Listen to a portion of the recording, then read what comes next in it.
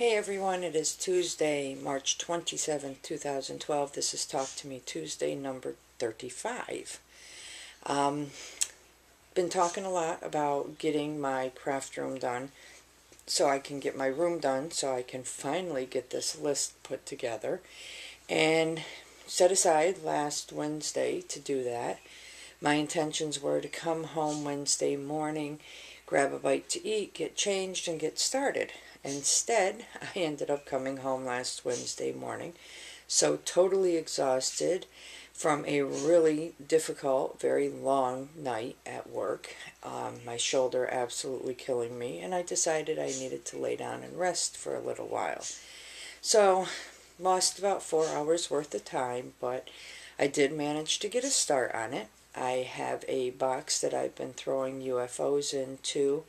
They'll either get completed or they'll get taken apart and the yarn recycled for something else. I do have a crate that I've set aside that I've been putting craft magazines into, most of which will end up on the list. Some might not. I'm not really sure. If there's like one pattern in one of the magazines, I'll just have my daughter scan it and save it to the computer. There's no point in keeping one magazine for one pattern, so. But I did manage to accomplish one thing that I really wanted to accomplish, and that was to find the instructions to my lap loom, which I did. Yay! I wasn't really sure if it was the correct instructions because the picture is so really poor quality. You can't even see what the square is going to look like when it's completed. But I sat down Thursday night, I tried it out, it was the correct one, so therefore I was able to get the Afghan squares done. Last evening I laid it out, decided how the squares were going to set, and actually got everything together except for 4 seams, because I actually put mine together differently. I don't go square by square, I actually do it 2 rows and then add down from there so that it's one seam, you know, one big seam instead of a bunch of little ones. I hate sewing in ends. I didn't really have too many ends to sew in because most of them got worked into the edging around the squares or worked in as I was putting it together or doing the edge on it. So we did take some pictures. We were getting quite a bit of glare, so they're not really high quality pictures.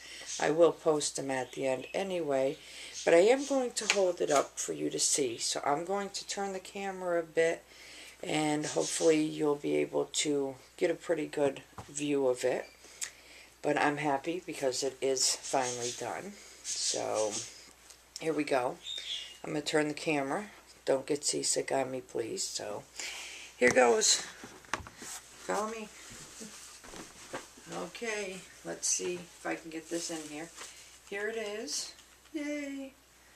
We'll take a trip around. Wee-ha! There's the bottom. There's the top. I'm as far back as I can go. And I hope you can see that. So, it's done. Pardon the mess out there. We're still working around here. But that's it. It is complete. It is done.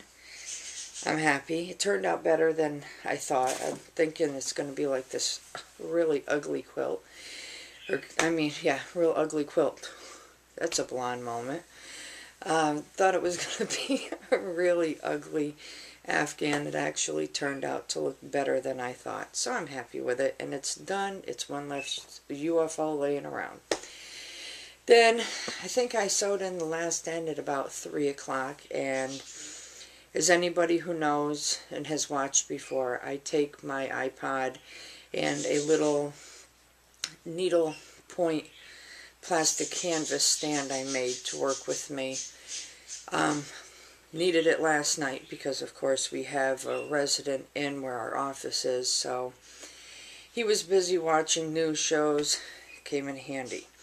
But the pouch I was putting it in is actually like super small. So the iPod kept sliding out and I was afraid the screen would get scratched. So I decided it was time to make a pouch. So I took the yarn left over from putting the Afghan together and doing the edge, and I made a pouch, and there it is.